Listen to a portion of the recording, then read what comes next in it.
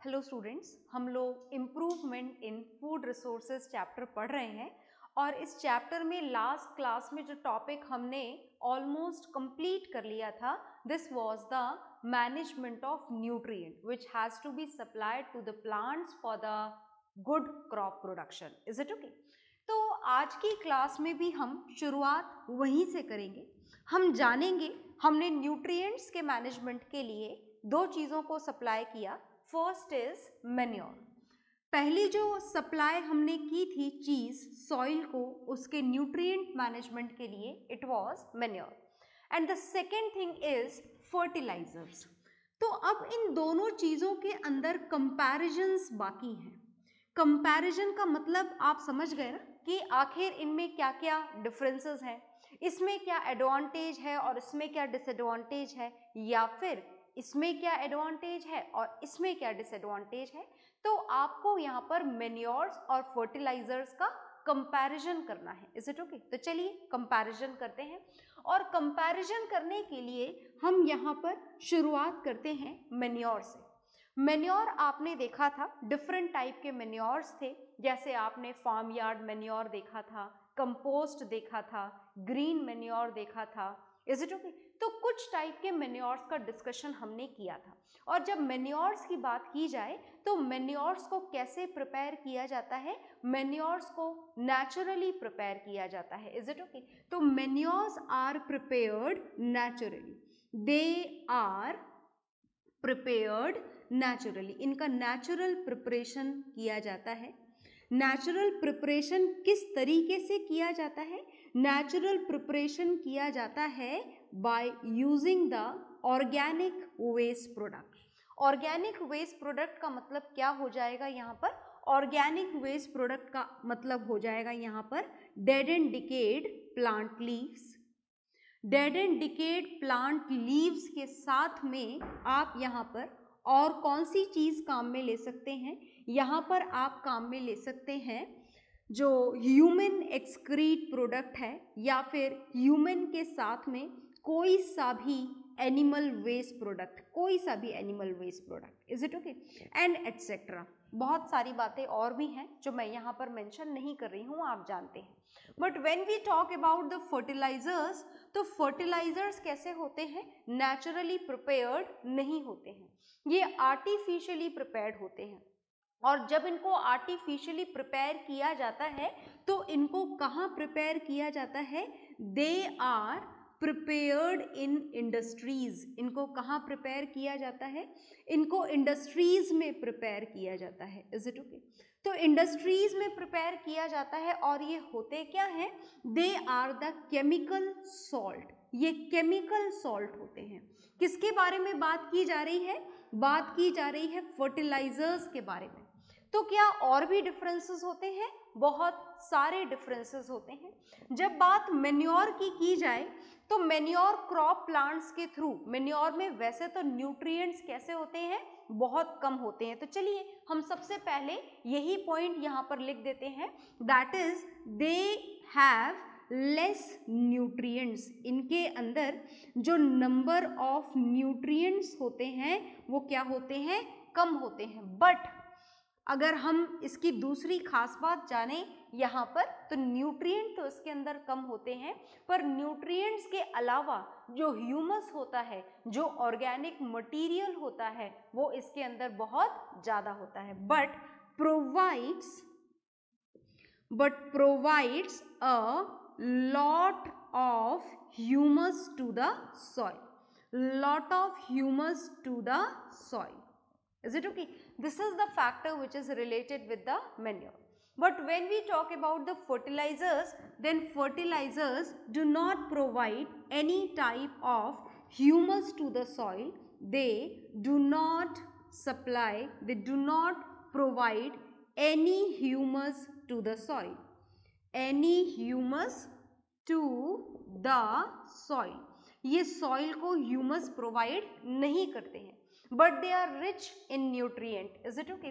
तो they are specific in nutrient, but they are specific in nutrient. Specific का मतलब आप समझ गए ना? स्पेसिफिक का मतलब कि अगर सॉइल के अंदर नाइट्रोजन की डिफिशिएंसी हो रही है, तो आप तो पढ़ ही चुके हैं, आप नाइट्रोजन वाला फर्टिलाइजर अप्लाई कर देंगे। अगर फास्फोरस की कमी हो रही है तो आप फास्फोरस वाला फर्टिलाइजर सप्लाई कर देंगे। तो these fertilisers are specific in their nutrients, is it okay. तो जिस भी न्यूट्रिएंट की कमी है उसकी कमी को ही अगर आप पूरा करना चाहते हैं तो मैन्योर्स उस काम के लिए बहुत अच्छे साबित नहीं होते हैं, because they does not have that much nutrients in them, but fertilisers are having a very good amount of a particular specific nutrient in them, right. तो चलिए आगे चलते हैं। नेक्स्ट इंपॉर्टेंट बात यह है कि जो मैन्योर होते हैं दे आर बल्की। बल्की का मतलब समझे आप, बहुत भारी होते हैं, भारी होते हैं, बहुत सारे आपको अप्लाई करने पड़ते हैं। ऐसा नहीं है कि छोटे से पैकेट में थोड़ा सा मैन्योर लाए और पूरे खेत में डाल दिया और आपका काम हो गया, ऐसा पॉसिबल नहीं है। तो manures has to be provide, has to be applied in a very huge quantity, in a very large quantity, and that functioning is very difficult to handle. इतने भारी सामान को वहां से उठाना, पहले प्रिपेयर करना, फिर उठाना, फिर ट्रक में लोड करना, फिर जाकर के आपके फील्ड में डालना, तो it becomes quite difficult for the human ones, is it okay. But when we talk about the fertilisers, तो फर्टिलाइजर्स बल्कि नहीं होते हैं, बहुत ही छोटे से अमाउंट में आपके पर्टिकुलर फील्ड को ये प्रोवाइड करने होते हैं fertilisers, so they are not बल्कि, and because of that we can handle it easily, हम इसको आसानी से हैंडल कर सकते हैं। We can handle it easily, ये क्या करता है, ईजिली आप इसे हैंडल कर सकते हो, और इसकी हैंडलिंग आपके लिए क्या हो जाती है, थोड़ी मुसीबत भरी हो जाती है, इज इट ओके।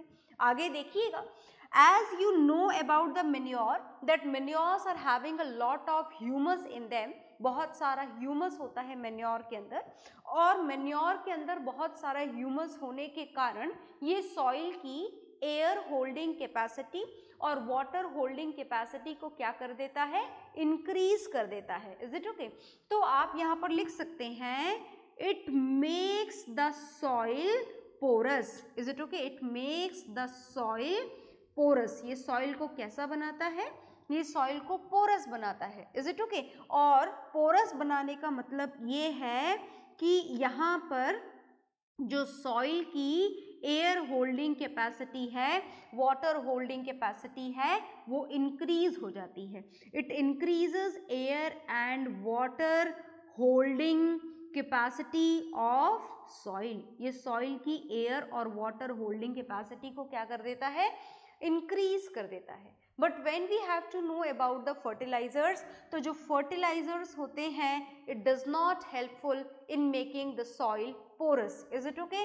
तो आप लिखेंगे, it doesn't make the soil porous, is it okay, doesn't make the soil porous, that means it is not at all responsible to increase the air holding capacity and water holding capacity of soil. So these are some of the differences between manures and fertiliser. ये कुछ differences आपने लिखे हैं, हालांकि differences तो और भी बहुत सारे हैं मैन्योर और फर्टिलाइजर के बीच में। मैं एक डिफरेंस आपको और बताऊंगी, पहले आप इन 4 को नोट डाउन कर लीजिए, ओके।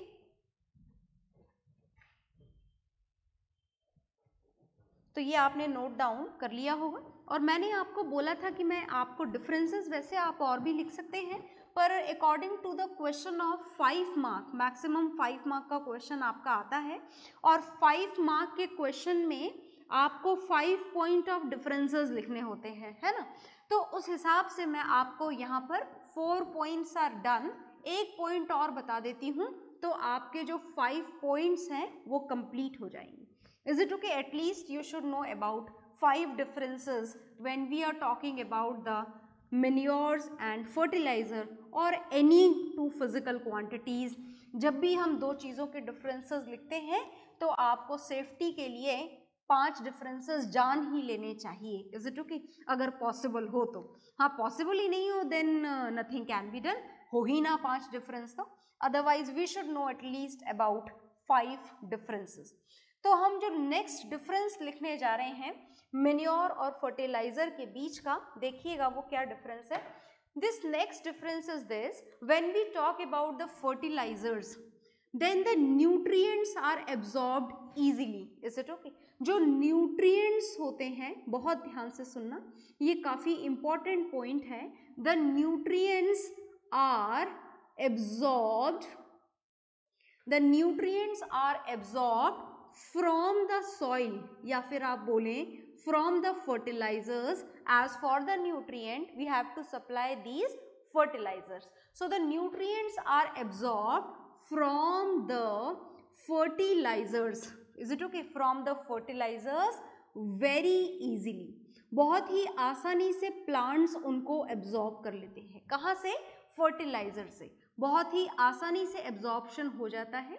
और ये आसानी किस कारण से होती है? ये आसानी इस कारण से होती है because all the fertilizers are water soluble. जितने भी fertilizers होते हैं, all the fertilizers are water soluble. तो सारे के सारे fertilizer पानी में dissolve हो जाते हैं और पानी में dissolve होने के कारण plants के पास तक आसानी से पहुंचा दिए जाते हैं. But when we talk about the manures, तो पहली प्रॉब्लम तो ये है कि मैन्योर जो है इसके अंदर न्यूट्रिएंट्स कम होते हैं और वो न्यूट्रिएंट्स भी ऑर्गेनिक पार्टिकल्स के अंदर प्रॉपरली मिक्स्ड होते हैं, तो बहुत अच्छी तरीके से वो वाटर में मिक्स नहीं हो पाते हैं और बहुत अच्छी तरीके से वाटर में मिक्स ना हो पाने के कारण प्लांट्स उनको इजीली एब्जॉर्ब भी नहीं कर पाते हैं. Is it okay? तो ये है बात मैन्योर की. Is it okay? तो हम यहाँ पर लिखेंगे the nutrients which are present in the manure, the nutrients from the manures cannot be absorbed, can't be absorbed easily by the plants. Is it okay? तो plants के through इनका easy absorption नहीं होता है. Is it okay? Can't be absorbed easily by the plants. So this is the last difference between the manures and fertilizers. तो आप इनको note down कर लीजिए, प्रॉपरली नोट डाउन कर लीजिए और फिर हम पढ़ेंगे इस चैप्टर में थोड़ा आगे कुछ और. ओके, तो note it down.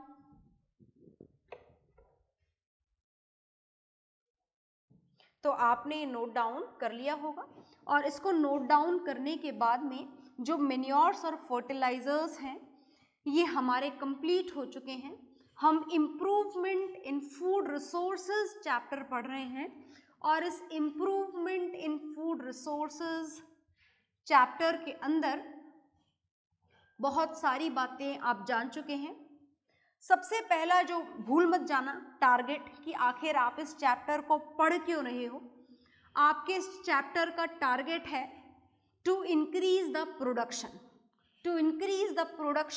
Of crop system, of the crop production, of the crop plants. तो इस चैप्टर को पढ़ने का हमारा जो टारगेट है फिलहाल इस क्लास 9th में, this is the only to increase the yield of the production. आप प्रोडक्शन को इंक्रीज करना चाहते हो, आप चाहते हो कि ज़्यादा से ज़्यादा प्रोडक्शन हो, क्योंकि जितना ज़्यादा प्रोडक्शन होगा उतना ज़्यादा आप लार्ज पॉपुलेशन को प्रॉपर भरपेट खाना खिला पाओगे. Is it okay? So this has to be done in this chapter, improvement in food resources. और इसका पार्ट ए आप लोग पढ़ रहे हैं और आप जो पार्ट पढ़ रहे हैं उसका नाम मैं दोबारा से यहाँ पर मेंशन कर देती हूँ.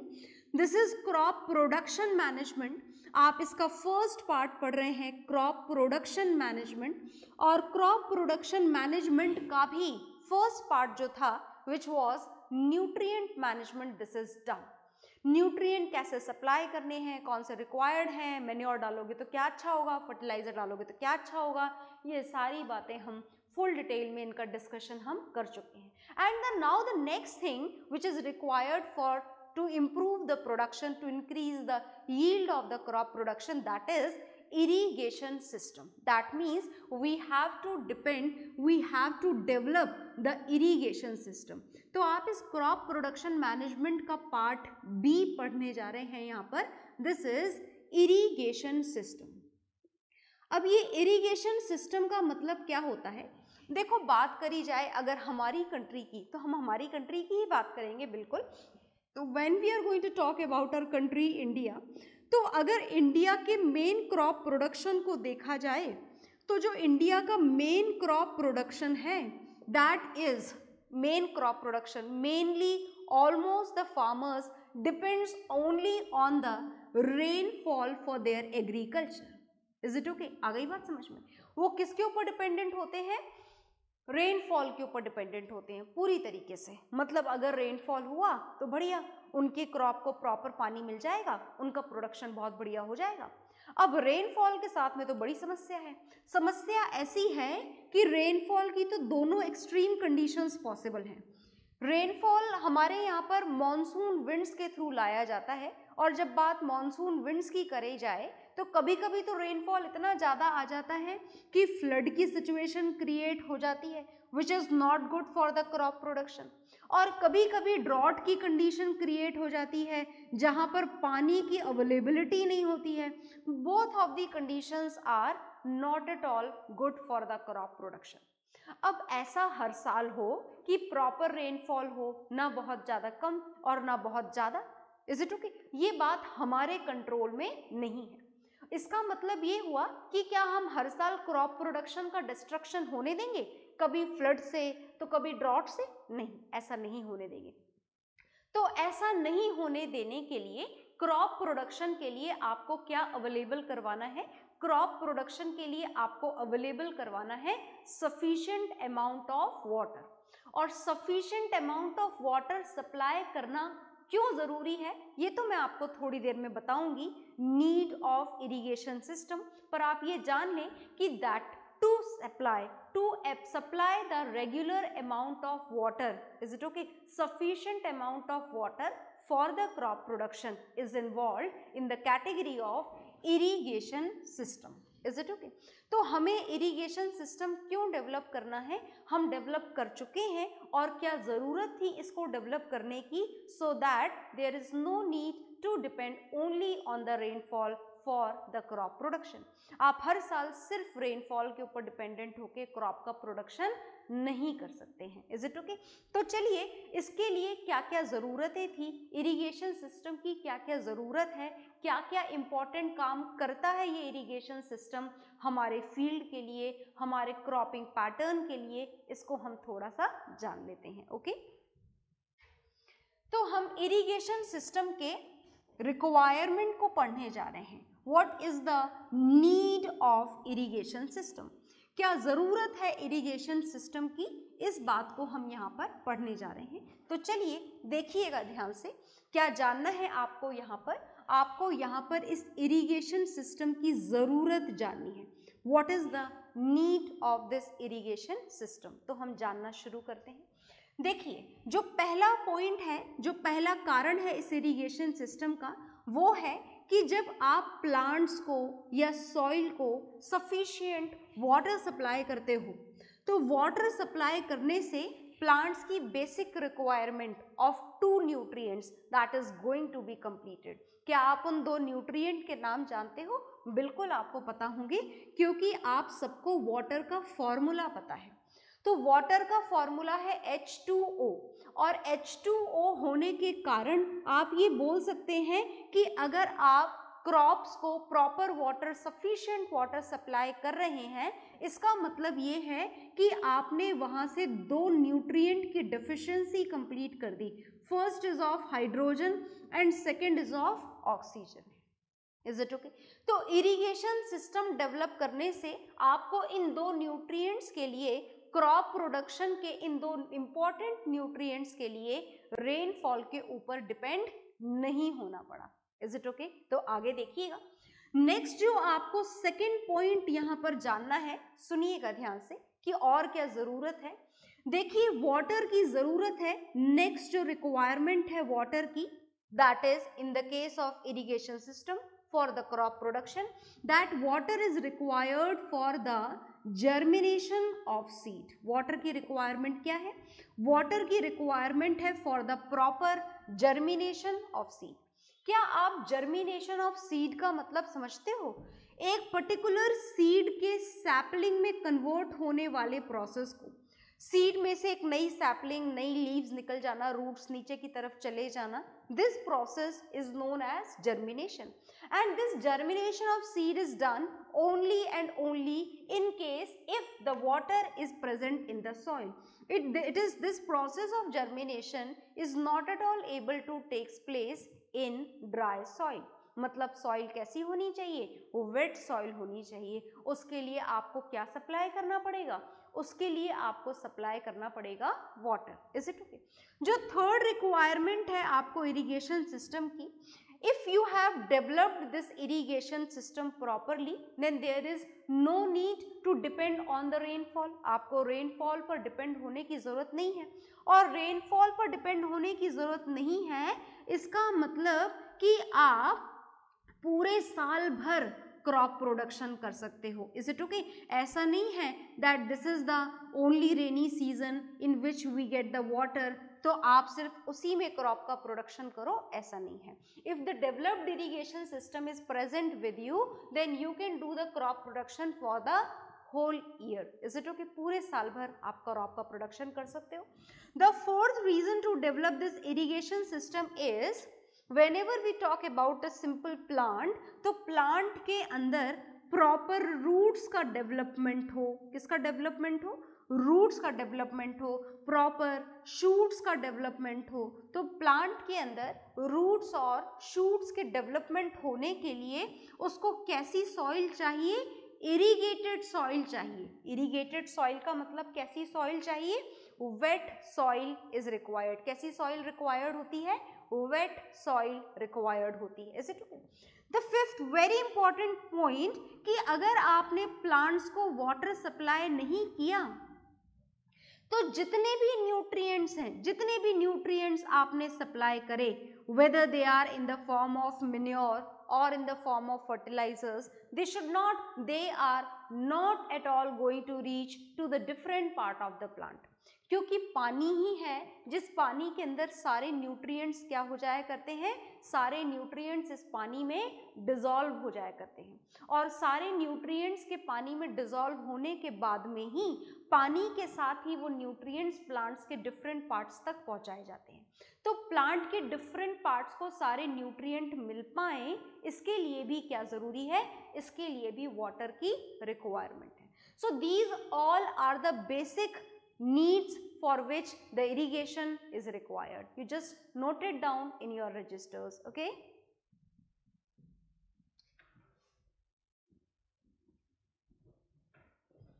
हाँ जी, तो आपने इतना नोट डाउन कर लिया होगा. तो ये जो आपने पढ़ा, ये आपने पढ़ा इरिगेशन सिस्टम की requirement. Is it okay?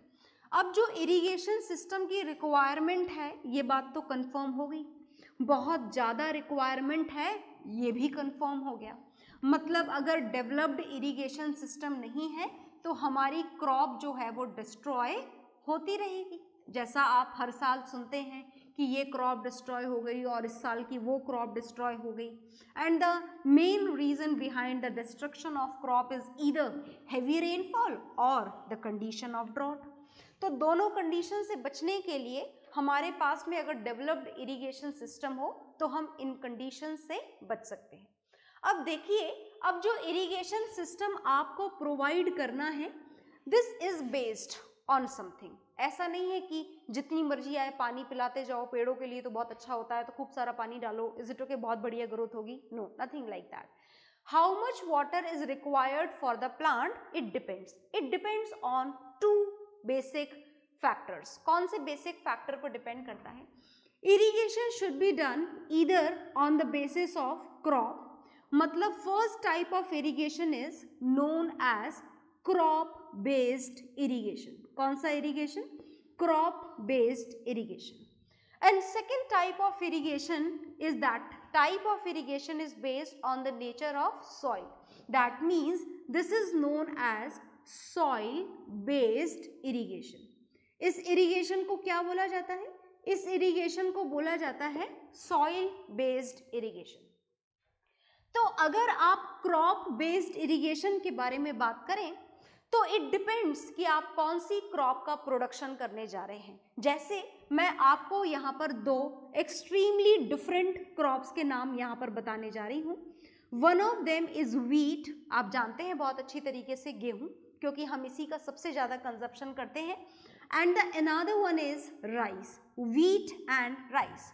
So if we are going to compare in between these wheat and rice, तो राइस की अगर बात करी जाए तो राइस को तो आपको पानी में डुबो के रखना होता है। मतलब जो राइस फील्ड होता है, जो पैडी फील्ड जिनको आप कॉमनली बोलते हैं, the soil should be covered with water. Is it okay? पूरी तरीके से किससे कवर्ड होनी चाहिए? वाटर से कवर्ड होनी चाहिए। मतलब पानी भरा हुआ दिखाई देना चाहिए आपको इस राइस के फील्ड के अंदर, इतना पानी, मतलब मैक्सिमम वाटर इज रिक्वायर्ड, बहुत सारा पानी चाहिए होता है राइस के प्रोडक्शन के लिए।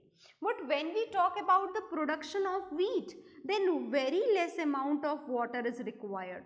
बहुत कम पानी की रिक्वायरमेंट होती है व्हीट के प्रोडक्शन के लिए। आप यूं माने कि अगर व्हीट की खेती आपको करनी है, व्हीट की क्रॉप अगर आपको उगानी है, तो आप अगर इसे पूरे ड्यूरेशन में सिर्फ 3 बार भी पानी दे देंगे तो बहुत होगा। 3 बार पानी आपको कब देना होगा? 3 बार पानी में आपको सबसे पहले पानी देना होगा before tilling. Is it okay? मतलब जमीन को उबड़ खाबड़ करने से पहले, ताकि प्रॉपर हो जाए। सेकेंड, आपको पानी देना होता है एट द फ्लावरिंग स्टेज, जैसे ही आपको उसमें फ्लावर्स दिखाई देना शुरू हो जाए, फ्लावरिंग स्टेज पर आपको पानी प्रोवाइड करना होता है। तीसरी स्टेज होती है at the time of development of grain, जैसे ही ग्रेन्स का डेवलपमेंट शुरू हो जाए, at that time again water is needed. Otherwise for the whole duration water is not at all required for the production of wheat. So this type of irrigation is based on the different type of crops. As the crops are different, their water requirements are also different. Now we have to know about the soil based irrigation. For example, we are going to know about two types of soil here. For example, first is sandy soil. Is it okay? And the another is clay soil. अगर बात Sandy soil की करें तो Sandy soil is very granular in structure. कैसा structure होता है Sandy soil का? Granular structure होता है। मतलब आपने पानी जितना भी डाला, ये इन पोर से बह कर कहाँ चला जाएगा? बिल्कुल नीचे। आपके प्लांट की रूट्स तो यहाँ तक है ही नहीं, पहुंच ही नहीं रही हैं, तो पानी एब्जॉर्ब कर ही नहीं पाएंगी, रूट्स यहीं पर रह गई। पानी आपने जो प्रोवाइड करा था वो बह कर एकदम नीचे चला गया।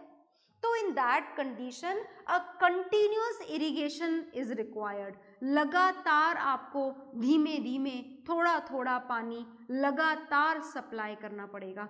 If the soil is Sandy, that means in case of desert. Is it okay? But if the clay soil is there, तो clay soil बिल्कुल जम जाती है, ऐसे पार्टिकल्स बिल्कुल पास पास पास पास पास पास, इतना पास तो मैं बना भी नहीं सकती जितने पास इनके पार्टिकल्स होते हैं clay soil के। तो जब आप पानी डालते हैं तो ये पानी इसके ऑलमोस्ट ऊपर ही रहता है। Is it okay? बहुत धीमे धीमे थोड़ा थोड़ा एब्जॉर्ब होता है। Is it okay? That means in the condition of clay soil, less water is required. So according to all these situations, you can see, you can know about this, that when we talk about the irrigation, then it is based on the type of crops, as well as it also depends on the type of soil which is used for the crop production. So you note it down whatever is there on the board.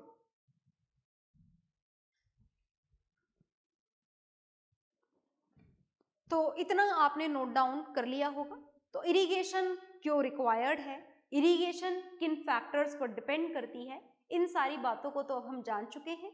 अब irrigation provide कैसे करना है, irrigation system develop कैसे करना है, ये बात हमको जाननी है, but that will see in the next class. Okay, bye everyone.